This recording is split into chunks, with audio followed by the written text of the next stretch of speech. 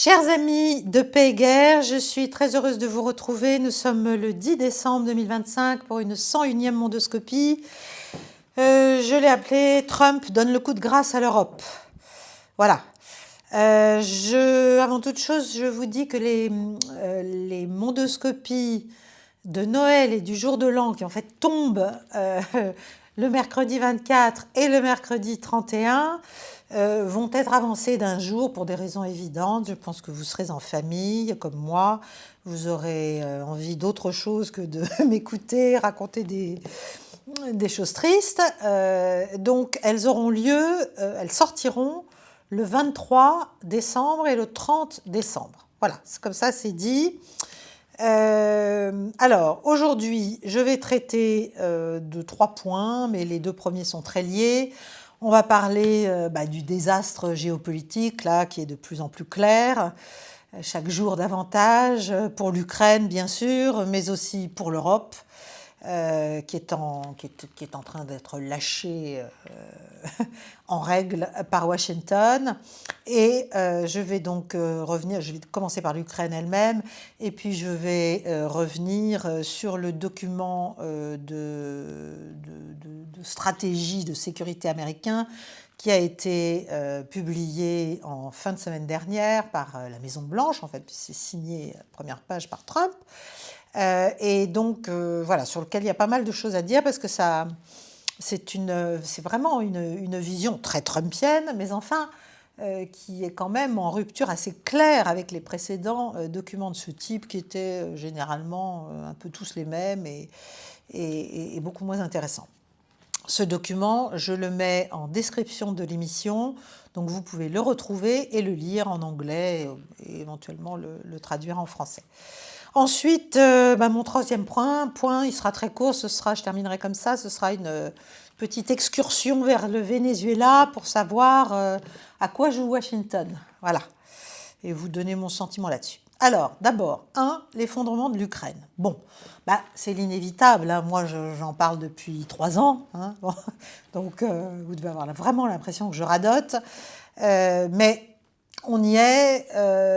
L'Ukraine, voilà, moi ce que j'explique depuis 3 ans, en me faisant traiter de tous les noms, voilà, maintenant les faits sont là, si vous voulez, c'est plus de la perception, du pro-russisme, je ne sais quoi, c'est clair, c'est net.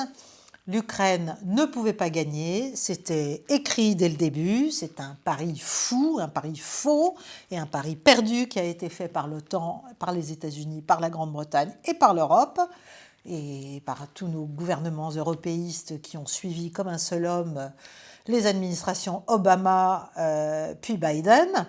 L'Ukraine ne pouvait évidemment pas gagner contre la Russie, même avec le soutien américain, même avec le soutien de l'UE, même avec le soutien de l'Alliance. Bon, sauf parce que l'Amérique s'engage militairement en Ukraine, ce dont il n'a jamais été question.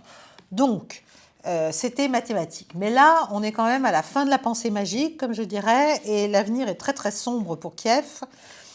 Les Russes tapent méthodiquement depuis des mois et des mois et des mois, depuis l'année dernière déjà, les infrastructures énergétiques de l'Ukraine, qui sont en miettes. L'hiver est là, enfin, ça commence, mais là-bas, c'est bien pire qu'ici. Donc il y a un effondrement énergétique, on imagine, c'est-à-dire la population va fonctionner avec des générateurs. Effondrement économique, ça c'est évident. Effondrement moral et politique, ce qui est aussi extrêmement grave, avec le bouton sur lequel a appuyé Donald Trump et qui a fait sauter l'abcès purulent qui est en train de se déverser. C'est une image horrible, mais c'est une image, à mon avis, très parlante autour de la corruption qui met à nu, en fait, le comportement réel de ce pouvoir, la nature réelle de ce pouvoir, et finalement l'exploitation qui a été faite par le pouvoir de Kiev et les gens qui l'ont soutenu, du sort du malheureux du peuple ukrainien et de tous ces soldats qu'on a envoyés à la mort en pure perte depuis bientôt 4 ans. Bon, mais on n'a pas l'air, toujours, au moment où nous nous parlons, en Europe, on n'a pas bien compris qu'il faut s'arrêter. Non, on n'a toujours pas compris. Donc, il y a un effondrement politique en cours, voulu par les États-Unis. Voilà, c'est clair, Zelensky n'est pas Churchill, Zelensky n'a jamais été qu'un un asset, si vous voulez, un agent, un outil, essentiellement pour les Britanniques et les Américains, mais aussi, bien sûr, pour servir et nourrir des structures de pouvoir extrémistes autour de lui. Et avec la chute de son ancien directeur de cabinet, Yermak, c'est aussi cette structure qui s'effondre. Si vous voulez, lui, il est au sommet, il doit être en train, à mon avis, jour et nuit, de discuter son avenir personnel avec ses animateurs, notamment britanniques, mais aussi américains. Bon, du côté américain et du côté de l'administration Trump, on est vraiment dans une course contre la montre face aux avancées russes militaires qui s'accélèrent. Donc une course pour arriver à un accord qui ne soit pas l'humiliation totale et qui permette à l'Ukraine de survivre, même réduite. Sinon, la Russie va finir par tout obtenir d'un coup de manière militaire. Et concrètement, ça veut dire que tout ce que fait l'Europe depuis des mois, et en tout cas depuis le retour de Trump, et donc le changement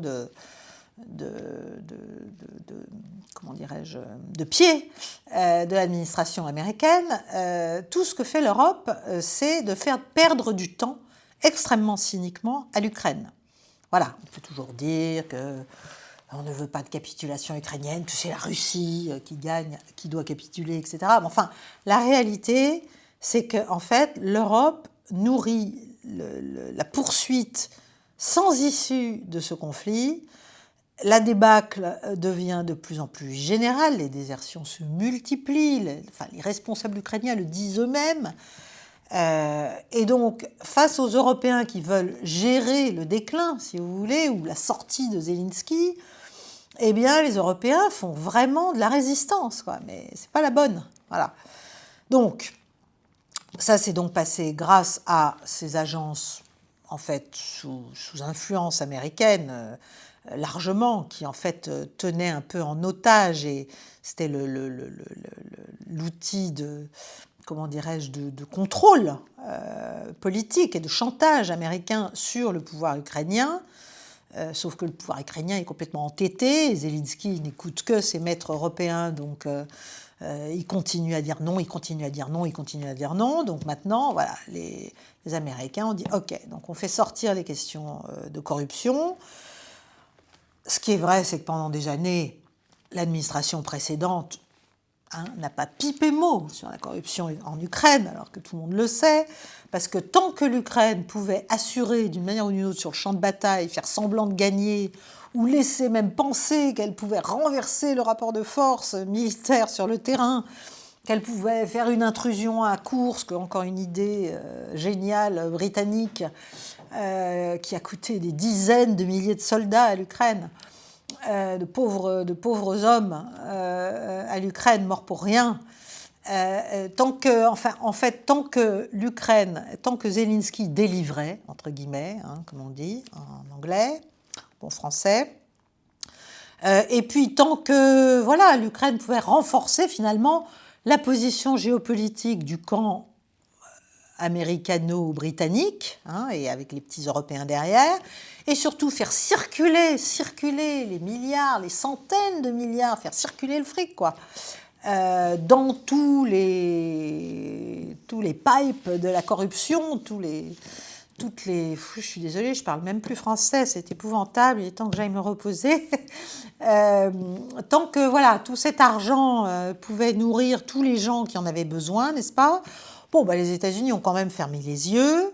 D'ailleurs, vous vous souvenez peut-être que le Congrès n'a jamais mis en place un audit véritable pour savoir vers où allaient véritablement les fonds américains alloués. Bon, quant à l'Europe, n'en parlons même pas. Voilà. Donc, il est évident que les organismes anticorruption, NABU, SAPO, etc., ils ont des preuves, y compris sur Zelensky, ils ont des preuves sur tout ce qu'il y a autour, et ils ont probablement, et c'est tout le problème aussi de faire exploser cette affaire de corruption, ça affaiblit Zelensky, ça affaiblit les Européens, ça affaiblit l'entourage de Zelensky, mais ça peut aussi toucher certains politiciens américains, qui sait, et peut-être même proches de l'actuelle administration. Bon, En tout cas, le fonctionnement mafieux du pouvoir ukrainien est en train d'être mis à nu. Hein, voilà, et les Américains ont décidé que ça suffisait.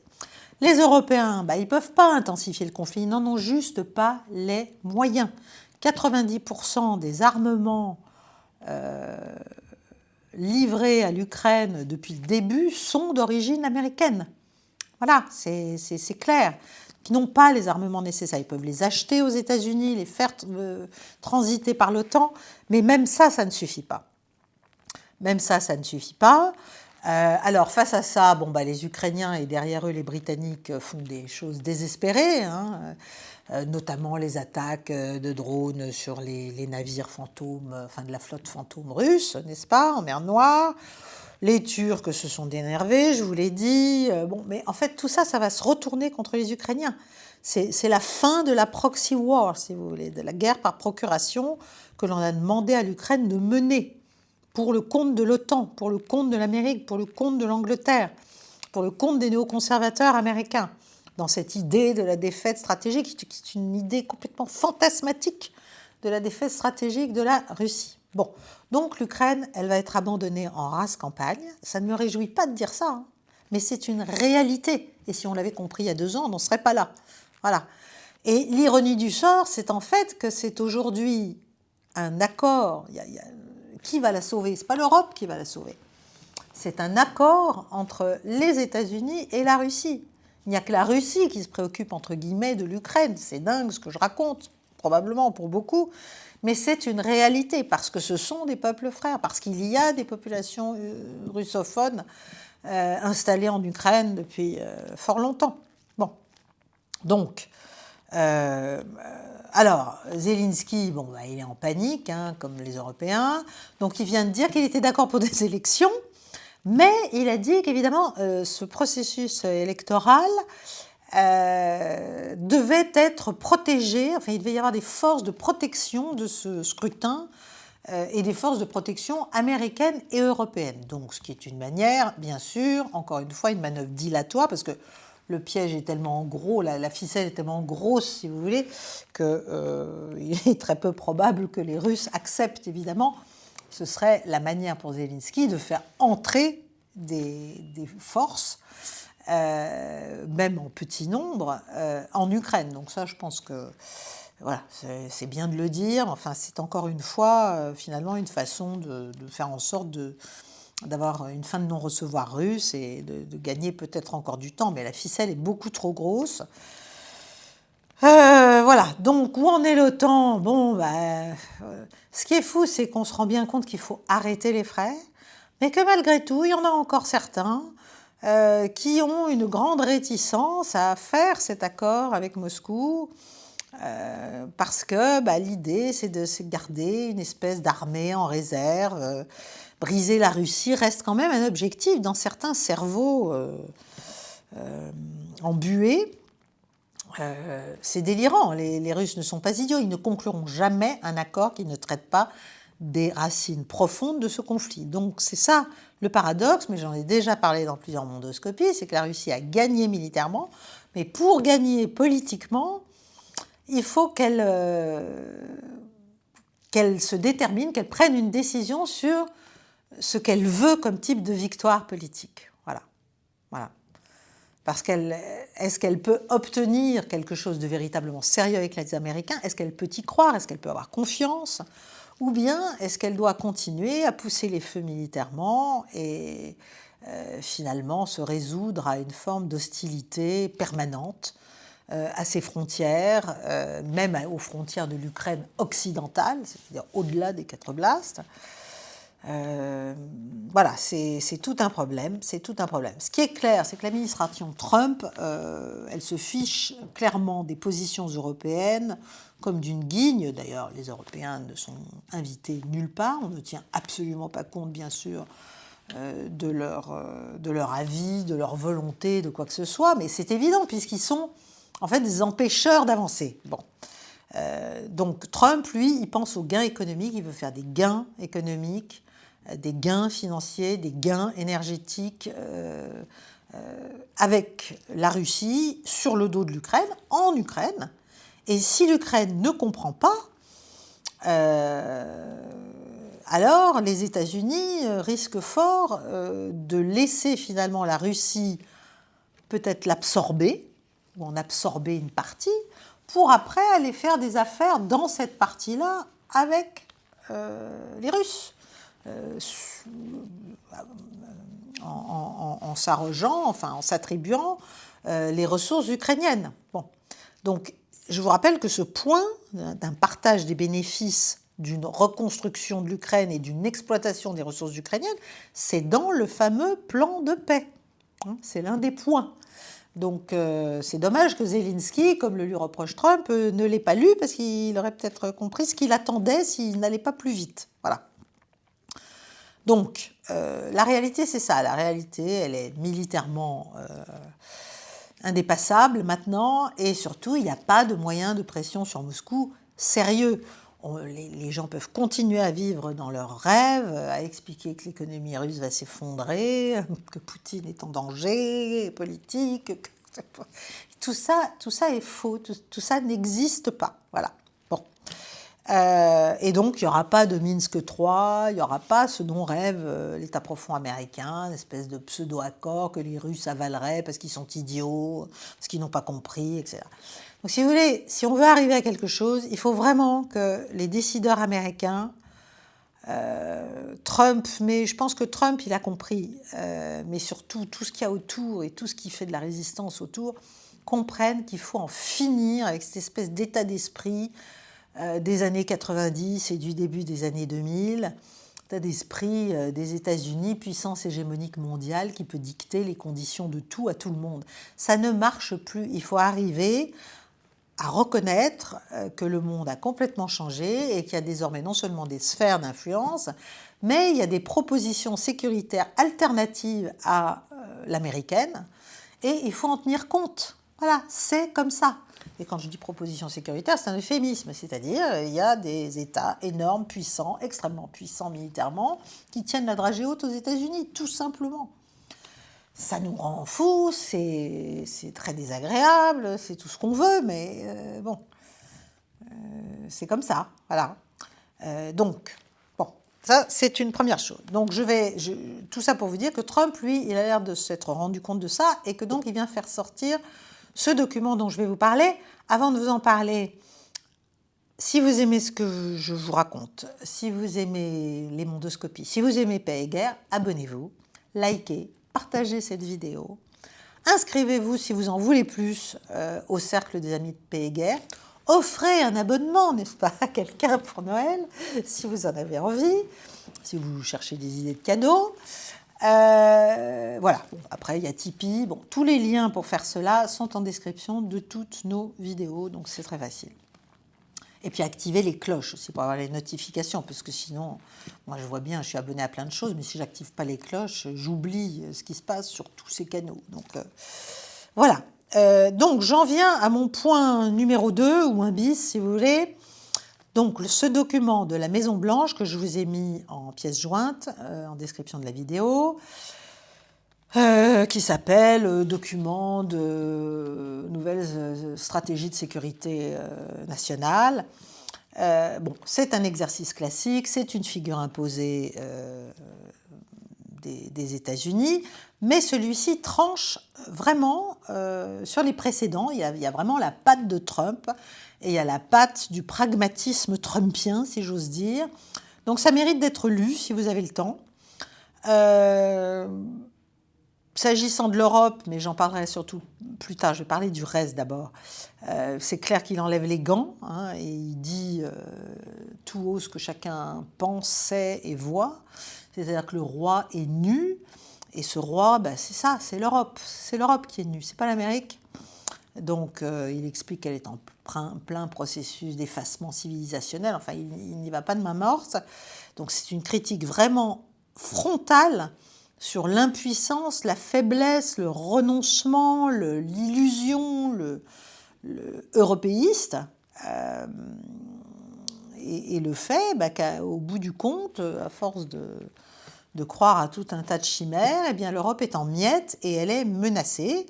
Elle reste, comme il le dit quand même, enfin quand je dis il, c'est pas Trump, c'est ceux qui ont écrit le document, mais il l'a signé, donc il l'a lu, donc il est d'accord quand même. Je pense que celui-là, il l'a lu et il l'a fait sortir maintenant, pas pour rien. C'est aussi pour faire un effet de...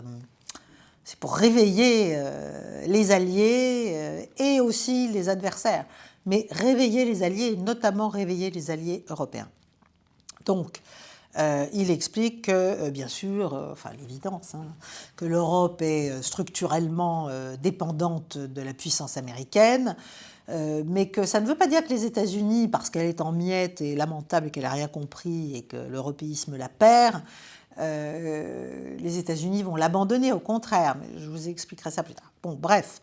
Donc, il ne parle pas seulement de l'Europe, il parle du monde entier. Et c'est ça qui est très intéressant.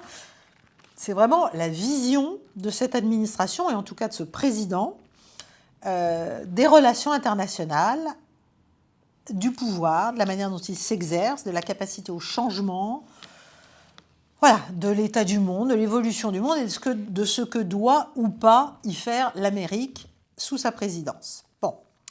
Ce qui est clair, c'est que ça sent l'instinct, ça sent le Trump, ça sent le Donald. Et il y a donc comment dirais-je, il y a des lignes de force, si vous voulez, de cette vision instinctive qui ne sont pas du tout abstraites, qui sont très, très claires. D'abord, il y a cette espèce de goût pour le pouvoir, pour la puissance, pour l'existence, pour l'affirmation de soi. Voilà, c'est plus les grands principes, la démocratie, le développement du monde entier, etc. Non, c'est, voilà, j'y suis, j'imprime ma marque, je suis le chef, voilà ce que je vois, voilà ce que je veux pour mon pays, et voilà ce que je dis. Bon, donc c'est très, comment dirais-je, ça agit, quoi. C'est une vision d'acteur direct qui ne se paye pas de mots ni de masques. Ça, déjà, en soi, c'est très intéressant. Après la décennie 90 et la décennie 2000, où on nous a bassinés avec tout un tas de mensonges patents sur la volonté américaine d'aller apporter la démocratie au monde et le développement et la paix, n'est-ce pas, avec toutes les guerres qui ont eu lieu, c'est quand même pas mal de... Voilà, il arrête avec ça, il a bien compris que ça marchait plus, que ça avait essentiellement discrédité les États-Unis puisque les masques étaient tombés depuis longtemps. Bon, et que ça ne produisait pas en plus les effets escomptés. Bon, deuxième instinct, bon, ben, c'est l'instinct de l'homme d'affaires, c'est-à-dire que c'est quand même la prospérité qui guide tout et qui doit présider en fait à la politique étrangère. Donc on fait des deals, on fait des accords, on cherche l'intérêt économique, financier, industriel, commercial des États-Unis dans les rapprochements que l'on peut avoir avec les dirigeants, etc. Il faut rendre l'Amérique great again, mais surtout rich again. Bon. Donc, si on n'est pas riche, on est rien. Voilà. Donc, c'est un problème aussi pour l'Europe, qui a beau être un énorme ensemble économique, elle est quand même dans une crise assez difficilement escamotable au plan économique et financier. Troisième instinct, c'est le fait qu'il y a une présidentialisation, si vous voulez, il y a une importance des personnalités au pouvoir dans les grands pays qui comptent à ses yeux, et qu'en fait, c'est les hommes qui font cette politique, c'est pas les systèmes, c'est pas les technocraties, c'est pas les bureaucraties, c'est pas le deep state, c'est pas la permanence des administrations, etc. C'est un chef, un homme qui dit voilà, moi je veux ça, voilà, et ce sera comme ça. Et il se heurte à d'autres, mais il discute avec ces autres, et c'est avec ces autres qu'il peut arriver à quelque chose. Donc en fait, bon, c'est très narcissique, c'est très égotique, c'est très tout ce qu'on veut, mais en même temps, ça donne, c'est sa marge de manœuvre vis-à-vis de son propre deep state là qu'il est en train de mettre en avant, si vous voulez. Il explique que c'est moi qui décide. Voilà. C'est pas tout le machin là, tout le marigot qui m'empoisonne, qui me met des fers aux pattes, qui vient m'expliquer que j'ai rien compris et que ça marche de toute éternité comme ça et qu'il faut que je décide en suivant les instructions des uns et des autres. Non, c'est moi. C'est moi face à Modi, c'est moi face à Poutine, c'est moi face à Erdogan, c'est moi face à Xi Jinping. Voilà. Et il n'y en a pas 52 000. Hein. Voilà, il y a un certain nombre de puissances qui, selon lui, ont du poids et avec lesquelles il peut arriver à quelque chose et il n'y a que lui qui peut arriver à quelque chose, si j'ose dire. Voilà. Donc ce document, si vous voulez, ça formalise un peu tout ça, ça tire ça met en musique ces trois instincts. Bon. Alors ensuite, il parle de la nation américaine, de sa nature propre, de sa singularité, si vous voulez, sur laquelle elle fonde sa puissance, sa richesse, sa vision aussi morale, d'une certaine manière. Donc c'est une vision très essentialiste, en fait, des pays. Hein. Y a une singularité, là encore, et le président incarne cela. C'est lui qui l'incarne. C'est, encore une fois, pas l'administration, pas la technocratie, pas... voilà, c'est le président et ses équipes qu'il a choisis. Bon. Donc c'est vraiment une personnalité, une équipe rapprochée, et bien sûr, le peuple américain et la grande partie du peuple américain qui soutient Trump, qui a permis son élection, qui rend possible l'expression de cette puissance et le retour vers cet âge d'or qu'il a appelé de ses voeux depuis longtemps, depuis déjà son premier mandat. Bon. Donc, ce document, vraiment, il exprime à la fois le conservatisme américain, parce qu'en matière de valeurs morales, etc., là, on est dans des choses extrêmement traditionnalistes, mais aussi un grand réalisme, parce qu'une fois qu'il a dit tout ça, il en tire des conclusions. Voilà. Déjà, c'est un président républicain, mais c'est pas Reagan, c'est pas Bush Junior, si vous voulez. C'est parce que eux, ils liaient finalement une politique intérieure très conservatrice à un expansionnisme, à un internationalisme, à un impérialisme aussi libéral vers l'extérieur. Donc c'était tous azimuts, si vous voulez. On était puissant parce qu'on allait tous azimuts. Bon. Là, Trump, c'est pas ça, c'est plutôt... Il y a les ennemis, il y a les amis. Bon, c'est pas très évolué, vous me direz, mais enfin, la politique étrangère et la politique intérieure sont sont même étroitement liées. C'est-à-dire que les ennemis intérieurs, en l'espèce, l'immigration, le trafic de drogue, etc., parce qu'il en fait des priorités de politique nationale pour les États-Unis, au sens large, c'est un peu la même chose à l'extérieur. Donc, si vous voulez... Il y a une préoccupation quand même trumpienne pour le fait de préserver et de retrouver, de renforcer une forme d'essence américaine, de pureté nationale, et donc d'assumer des principes dits civilisationnels face à la contamination de l'internationalisme. On ne voit pas très bien ce que ça veut dire, mais en politique étrangère, ça veut surtout dire s'occuper du monde entier pour aller imposer ses trucs. Lui, c'est pas du tout ça, c'est on est ce qu'on est, on veut rester ce qu'on est, donc on ferme d'une certaine manière, on se ferme aux intrusions, et du coup, on ne va pas non plus aller faire des guerres perpétuelles partout, on va se recentrer sur nos priorités. C'est extrêmement réaliste et c'est extrêmement habile, à vrai dire, puisque la puissance américaine a besoin de se recentrer d'une certaine façon. Justement, après ces décennies d'hyper-extension, si vous voulez, il y avait un document qui disait « Extend Russia », mais c'est surtout « Extend America » qui a existé. Donc là, ils sont obligés de se recentrer, de se resserrer, de remettre en place un certain nombre de choses chez eux, y compris au plan des forces armées américaines. Ils ont bien compris ça, je pense qu'ils l'ont bien compris, voilà, aussi bien vis-à-vis de la Chine que vis-à-vis de la Russie, et il en tire, lui, des conclusions. Bon, donc, la zone d'expansion, si vous voulez, c'est plus le monde entier, c'est l'anglosphère, ce qu'il appelle l'hémisphère occidental. Alors bon, c'est large, hein, l'hémisphère occidental, on est d'accord.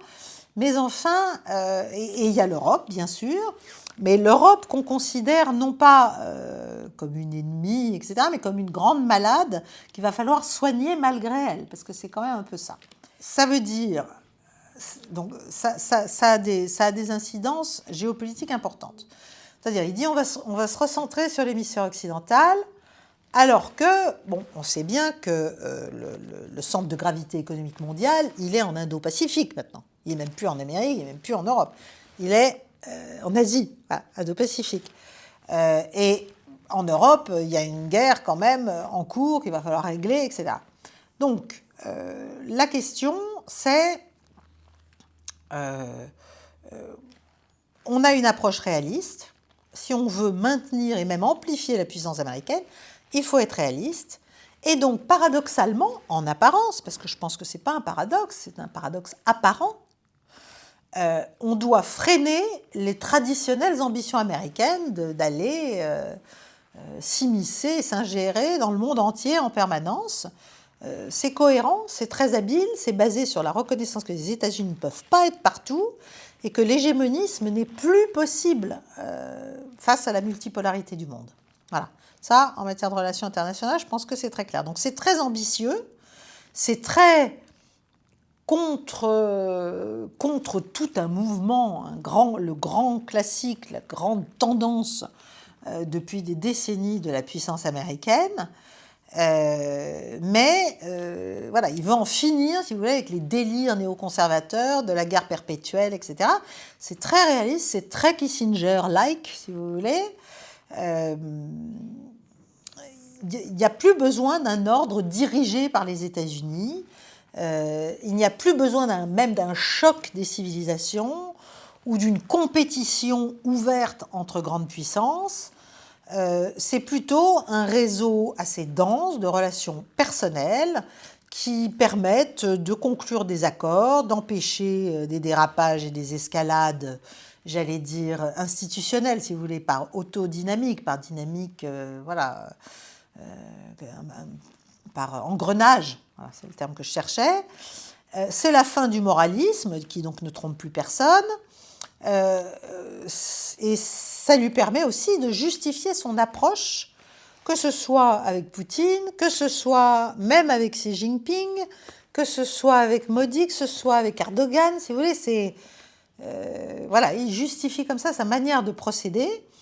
Alors, avec Poutine, c'est clair, c'est une façon de dire, bah oui, en Europe, il faut qu'on arrête ce délire ridicule dont, en fait, sous-entendu, nous n'avons ni les moyens, ni les intérêts même nécessaires.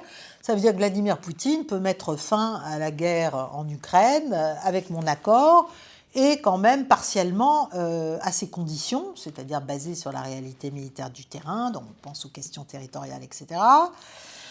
Ça veut dire aussi que, bon, vis-à-vis de la Chine, bien sûr, c'est un rival, un concurrent économique majeur pour les États-Unis, c'est dit, mais ça n'est pas un ennemi, et on ne va pas en faire un ennemi. Je pense que c'est une bonne nouvelle pour Taïwan, hein, qui, j'espère, va échapper à la déstabilisation américaine active et donc la Chine n'aura pas besoin de réagir, j'espère. Mais enfin, encore une fois, Trump veut tout décider, mais ne peut tout décider, donc il faut faire attention. Donc en fait, il fait de nécessité vertu, si vous voulez. Il s'adapte, il a une vision du monde qui est celle d'un homme qui s'adapte au réel, qui s'adapte au concret, qui voit le monde de manière très instinctive, très personnelle, très viscérale, qui peut certes changer d'avis, changer d'engagement, etc., mais qui n'a pas besoin de faire des grands bousins de traités gigantesques, etc. À partir du moment où il s'entend avec son homologue en face, bon, on peut avoir une transaction. Donc voilà, c'est très finalement, moi je trouve que c'est très intelligent parce que c'est très adapté à la multipolarité de fait.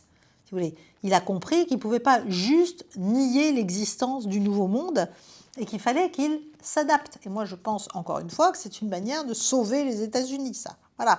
Et de prendre la mesure que, d'ailleurs, du fait des États-Unis, les organisations multinationales, les Nations Unies, l'Organisation pour la sécurité et la coopération en Europe, tout ça est tombé en désuétude.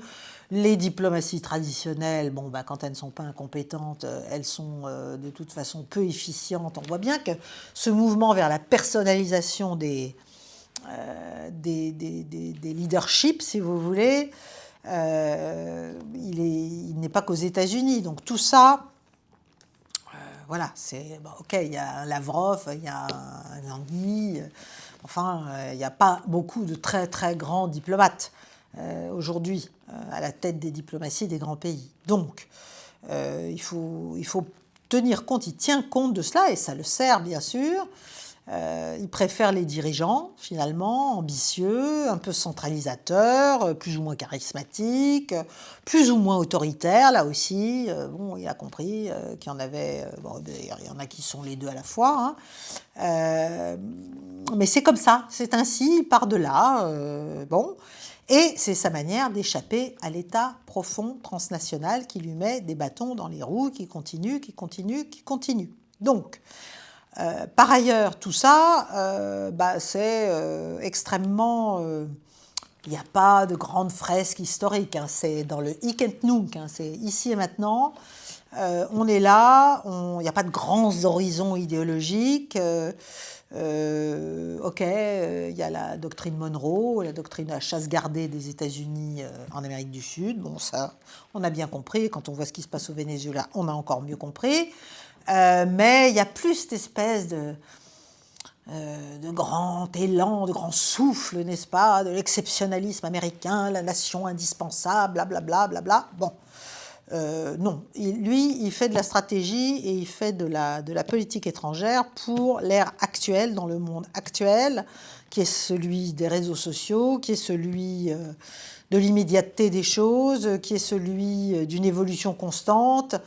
Et donc, voilà. Donc, en gros, c'est politique économique menée partout, par des moyens militaires si nécessaire dans l'hémisphère occidental, donc aussi Amérique du Sud, et sinon, ailleurs, les droits de douane. Voilà, c'est son moyen de pression. Bon, on voit que ça marche plus ou moins bien, mais enfin, voilà. Ou éventuellement, recours très très sélectif à la force militaire, un peu comme ce qu'il a fait en Iran pour le compte d'Israël, avec les résultats assez discutables que l'on connaît, mais enfin, comme il en a fait des caisses et qu'il a expliqué qu'il avait mis fin au programme d'enrichissement nucléaire de l'Iran, bon, voilà. Donc, il y a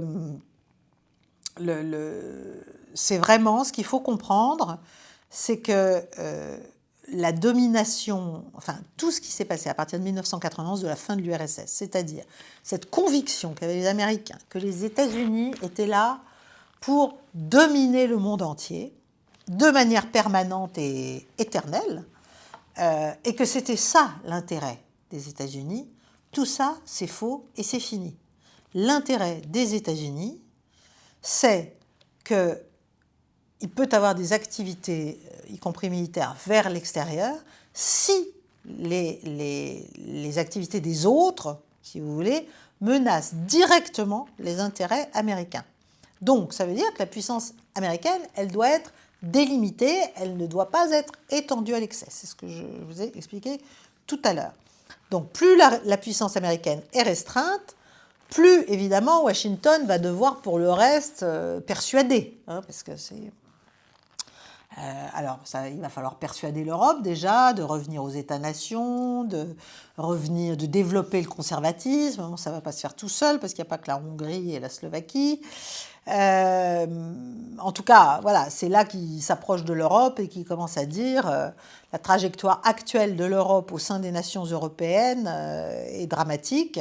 Il faut résister à tout cela parce que cette trajectoire tend vers l'internationalisme libéral, sous-entendu le néoconservatisme, mes ennemis, et même vers le transnationalisme libéral. Bah oui, c'est l'européisme flamboyant dans lequel nous vivons et qui nous tue. Bon. Donc, il dit quand même que les États-Unis ne vont pas abandonner l'Europe, qu'ils doivent absolument modifier cette trajectoire politique du vieux continent. Mais ils vont essayer de le faire comme ils peuvent. avec une forme de persuasion. Bon, alors évidemment, la persuasion, ça veut aussi dire l'empathie, ça veut aussi dire la considération, ça veut dire le respect, ça veut dire penser aux intérêts des autres. Enfin, l'Europe actuelle, telle qu'elle est là maintenant, elle ne pense pas à ses intérêts, elle va contre ses intérêts. Donc, c'est assez logique finalement. Voilà. Alors, toujours sur l'Europe, si vous voulez, l'Europe, elle est vraiment remise au prix, si j'ose dire. Il est clairement expliqué qu'elle n'existe plus, qu'elle ne compte plus stratégiquement. Bon, moi, j'en parle depuis des années, ce que j'appelle l'insignifiance stratégique de l'Europe. Voilà, on y est, là maintenant, même les États-Unis le disent. Géopolitiquement, bon, voilà. D'ailleurs, ils parlent de l'Indo-Pacifique avant de parler de l'Europe dans le document. Donc, c'est quand même intéressant. Et il parle de la Chine, je vous ai dit, comme d'un concurrent, mais il ne faut pas de conflit direct avec la Chine, qui est un géant militaire, qui est une puissance nucléaire. Enfin bon, voilà, c'est très logique tout ça. Bon, c'est ce que les Européens ne comprennent pas face à la Russie. Mais enfin, voilà. Donc, il parle aussi bien sûr du Moyen-Orient. Enfin, je vous invite à lire le document parce que je peux pas malheureusement tout dire, tout faire. Tout vous expliquer en une seule émission. Pour le Moyen-Orient, en gros, il dit il faut aller vers la prospérité, il faut renforcer les accords d'Abraham, bien sûr, il faut qu'Israël reste en sécurité, mais il ne parle pas d'attaquer l'Iran, il ne donne plus dans tous les délires néo-conservateurs. Voilà. Et ça, c'est une grande nouvelle, on devrait s'en réjouir. Voilà, bon. Donc pour lui, en gros, les problèmes, c'est l'immigration clandestine, le trafic de drogue en provenance d'Amérique latine. Donc là, on voit, hop, l'œil vers le Venezuela dont je vais vous parler. Mais c'est ça, les principaux défis en matière de sécurité nationale pour les États-Unis. Le problème, c'est que s'ils militarisent les défis internes de sécurité américains en allant intervenir au Venezuela ou ailleurs, ça peut être très dangereux. Et donc, sur la guerre en Ukraine, en gros, il termine, il explique que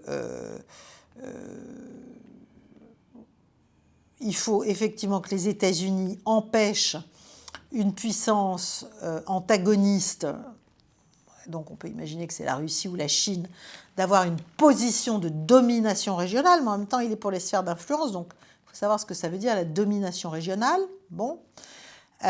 Il dit que la guerre en Ukraine, il faut l'européaniser, afin que l'Europe, elle puisse contrôler sa propre région, pas forcément la dominer, mais la contrôler, et empêcher la Russie d'exercer une influence démesurée au-delà de ses frontières. Bon, là, on imagine déjà tout ce qui peut se passer en Asie centrale, etc. Mais, et je terminerai avec ça parce que c'est intéressant, il reconnaît quand même que tous les États ne sont pas égaux.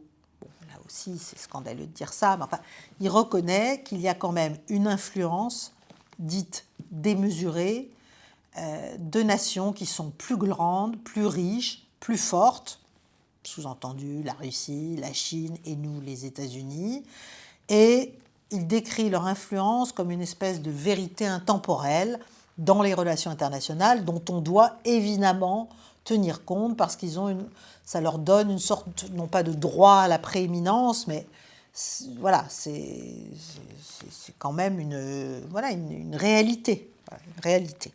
Bon.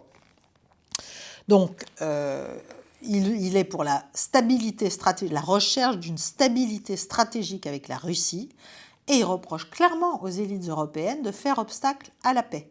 Bon, donc ça veut dire, si pour avoir une stabilité stratégique avec la Russie, il faut lui permettre de contrôler partiellement l'Ukraine, pourquoi pas. Il part du principe que l'Ukraine va survivre à la guerre, bien sûr, mais il dit bien sûr qu'elle ne rejoindra pas l'alliance de l'OTAN. Bon, ça, je pense qu'il n'y a plus que les Européens aussi pour croire l'inverse. Il ne se prononce pas sur l'intégration de l'Ukraine à l'Europe. Et finalement, il dit qu'en gros, on est tout près de la paix, il suffit de contourner les élites européennes. Voilà, donc c'est ce qu'il fait. Et cette Europe, dit-il, elle est en phase d'effacement civilisationnel. Donc en fait, je termine là-dessus, l'Europe est au pied du mur, elle est perdue en fait. Il n'y a pas que l'Ukraine qui est perdue, elle est perdue, elle ne compte plus, elle est face à sa réalité. Mais encore une fois, c'est de notre faute, c'est notre imbécilité, c'est notre alignement complètement stupide sur les desiderata de l'administration Obama puis Biden qui nous a mis dans cette situation, puis notre entêtement.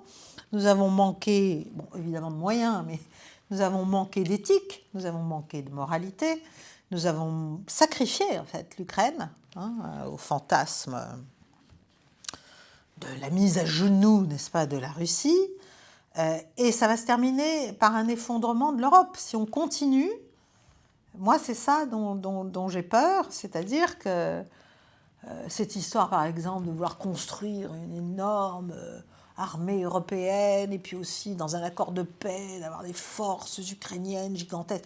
Si on va maintenant donner tout ce qui nous reste de moyens pour aller faire ça, pour armer l'Ukraine contre la Russie, mais voilà, nous allons vraiment à notre perte. Bon. Donc, et encore une fois, il s'est quand même trouvé des responsables à l'OTAN, des responsables au sein de l'ancienne administration américaine pour dire que la Russie n'avait ni la logistique ni l'intérêt stratégique d'envahir l'Europe. Ça, c'était Avril Haines. Il y a 1 an, enfin c'était avant Trump, oui, donc c'était plus tôt. C'était en 2025, en tout 2025, je crois bien. Et puis en octobre, me semble-t-il, au sein de l'Alliance, je ne sais plus, c'était pas Mark Rutte, mais c'était quelqu'un qui avait dit que l'Alliance Atlantique elle-même n'avait pas la capacité industrielle de soutenir un conflit prolongé contre la Russie sans un appui américain. Bon. Le problème, c'est que, vous le voyez les uns et les autres, si vous regardez la télévision, moi j'ai de plus en plus de mal, mais enfin je continue quand même un petit peu. Nous, on est toujours dans le fantasme. Nous, il y a encore, voilà, on a encore des servants, des Yakovlev, des Guetta, des technocrates européens de tout poil. Nous avons Dupont et Dupont, Madame Loiseau, Madame Ayer, qui nous expliquent que les États-Unis doivent nous prendre en compte, ça ne peut pas se passer comme ça, la Russie doit capituler, etc. En fait, si ça se passe comme ça, c'est un vrai problème. Ça devient d'ordre psychiatrique. On a l'impression que la technocratie européenne, c'est, en tout cas au niveau des affaires étrangères, les Kaja Kallas, etc., sans parler bien sûr de celle qui dirige la Commission européenne, c'est un asile de fous à ciel ouvert. En fait, on a ouvert les portes de l'asile, et là, ils se rendent compte du monde réel, et c'est pas possible, c'est sidérant, ils veulent rentrer absolument, et ils préfèrent tourner entre eux avec leur camisole, parce que c'est trop, en fait. Le monde réel n'est pas fait pour eux. Le monde réel n'est pas fait pour eux.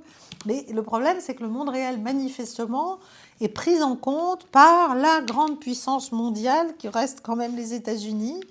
Donc, il va falloir, en fait, et c'est ce que propose à la fin Trump dans ce document à l'Europe, c'est-à-dire, mais retrouver les États-nations, assumer votre existence, assumer de véritables valeurs, ce qui a fait la richesse, la beauté, la grandeur de l'Europe à l'échelle des siècles passés. Sortez du délire européiste, sortez de ce délire de puissance dont vous n'avez pas le premier copec, voilà, ni d'ailleurs la première unité, et revenez dans le monde réel, parce que sinon vous allez, hop, tomber dans un trou. Voilà, c'est ça l'effacement civilisationnel, c'est terrifiant. Bon, je passe à mon... Voilà, voilà, si vous voulez, on est à la fin du brouillard de la guerre, quoi. Il faut comprendre ça. Le règlement de compte est en cours. L'Europe, voilà, il faut qu'elle sorte de ses fantasmes. Il faut qu'elle comprenne son impuissance. Il faut que Zelensky comprenne que oui, il a peut-être cru lui-même à sa propre légitimité, mais en fait, elle dépendait juste des gens qui tiraient les fils. Donc si les gens qui tirent les fils n'ont plus de fils, c'est parce que les gens qui tiraient les fils au-dessus d'eux ont coupé. C'est fini, c'est terminé. En gros, quand Washington décide de ne plus croire au narratif, à l'histoire, il y a plus d'histoire. C'est fini, on ferme le livre, hop, c'est terminé. Et c'est la mort des narratifs. Donc il faut vraiment sortir de cela parce que le récit de cette guerre, en fait, a été extrêmement dommageable, non seulement, bien sûr, pour la malheureuse Ukraine, qui en fait les frais au premier chef, mais pour nous aussi, parce que nous nous sommes enferrés dans notre délire, et on a été pris en otage, en fait, par tout ce blabla, par tout ce bruit de fond, par tout ce perpétuel encouragement à la surenchère, décalé du réel. Et maintenant, on est là. Voilà, on est là, on doit sortir de notre asile. On doit sortir et comprendre qu'on va vivre dans le vrai monde. Et qu'il faut en finir avec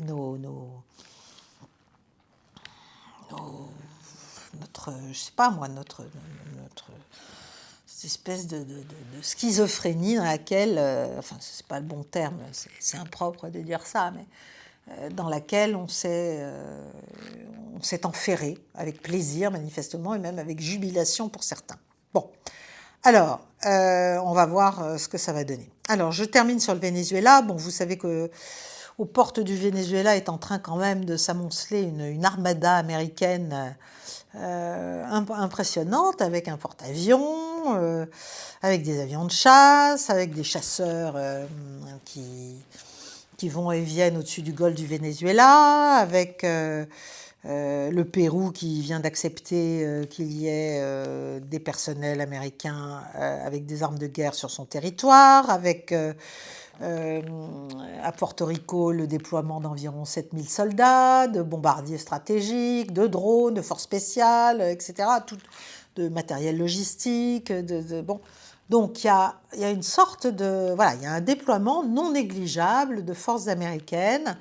Il y a une pression très claire. D'ailleurs, ça porte un nom. C'est une opération qui s'appelle Lance du Sud, qui a commencé le 13 novembre et qui se poursuit. Bon, la question, c'est à quoi joue-t-il, hein? On se demande pourquoi les Américains, maintenant, au prétexte du trafic de drogue, des chefs terroristes, enfin, il y a une rhétorique qui rappelle un peu celle de l'Irak, hein, assez clairement même. Si vous regardez, si vous mettez en parallèle les déclarations des dirigeants d'alors et d'aujourd'hui sur l'Irak et le Venezuela, c'est un peu ça. Venezuela qui soutient le terrorisme, qui soutient la drogue, etc. Bon, le truc, c'est que, à ma connaissance, le Venezuela n'est pas producteur de drogue.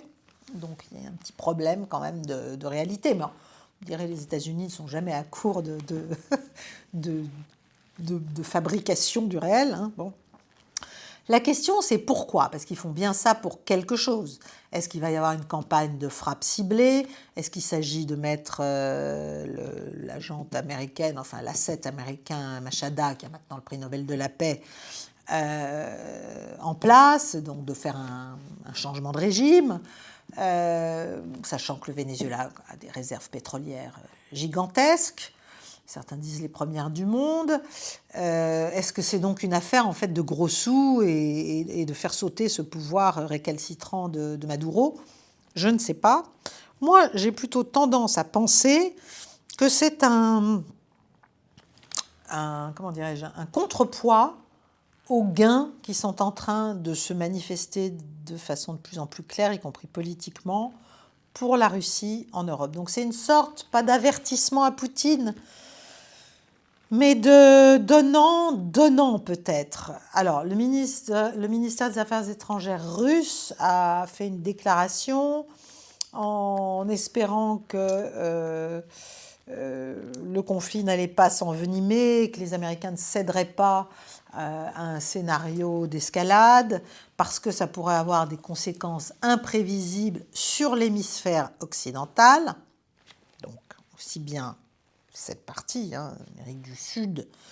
Mais enfin, l'hémisphère occidental, c'est aussi ce qui se passe dans la partie européenne de l'Eurasie, hein, n'est-ce pas? Suivez mon regard. Mais, alors, ça peut être aussi une façon pour les Américains, par tout ce déploiement, de calmer des courants politiques internes. Enfin, ça coûte cher, là, à ce moment-là, de les calmer, mais bon, qui disent, mais enfin, le président est en train de tout lâcher face à Poutine, c'est inadmissible, la Russie peut se montrer aussi dangereuse dans d'autres zones d'influence, etc. Montrons qu'on est là et que la doctrine Monroe est de nouveau en vigueur et que le Venezuela, nous le contrôlons et nous pouvons le détruire si on le veut, etc., même si ça reste à prouver. Ça peut être ça aussi. Moi, je pense, j'ai tendance à penser, mais c'est très cynique comme raisonnement, en tout cas, c'est très en phase avec le document dont je viens de vous parler un peu en détail. C'est peut-être la consolidation du nouveau paradigme des sphères d'influence et aussi du donnant-donnant consécutif, c'est-à-dire, écoute, en Ukraine, tu vas avoir un accord qui te sera bénéfique, qui certes rééquilibrera stratégiquement la sécurité européenne, etc., mais quand même, voilà, tu vas pouvoir récupérer des morceaux de l'Ukraine, etc. Et moi, laisse-moi ma zone d'influence en Amérique du Sud et laisse-moi éventuellement prendre le contrôle du Venezuela. Je ne suis pas sûre, je ne sais pas, ça peut être un accord implicite, ça peut même être non dit totalement. Ça peut être secret, ça peut être plein de choses. Je brode, hein, je n'ai pas d'éléments factuels pour dire ça. Bon, ce qui est sûr, c'est que Machada a promis d'ouvrir le pays aux investissements américains. Donc il y a quand même des incentives, des incitations pour les Américains importantes à avoir le pouvoir changé à Caracas. Bon, on verra. Voilà. Je termine là-dessus. J'ai été trop longue. Je vous remercie de votre attention. Je vous souhaite une belle soirée et je vous dis à la semaine prochaine pour une nouvelle Mondoscopie. Au revoir, chers amis.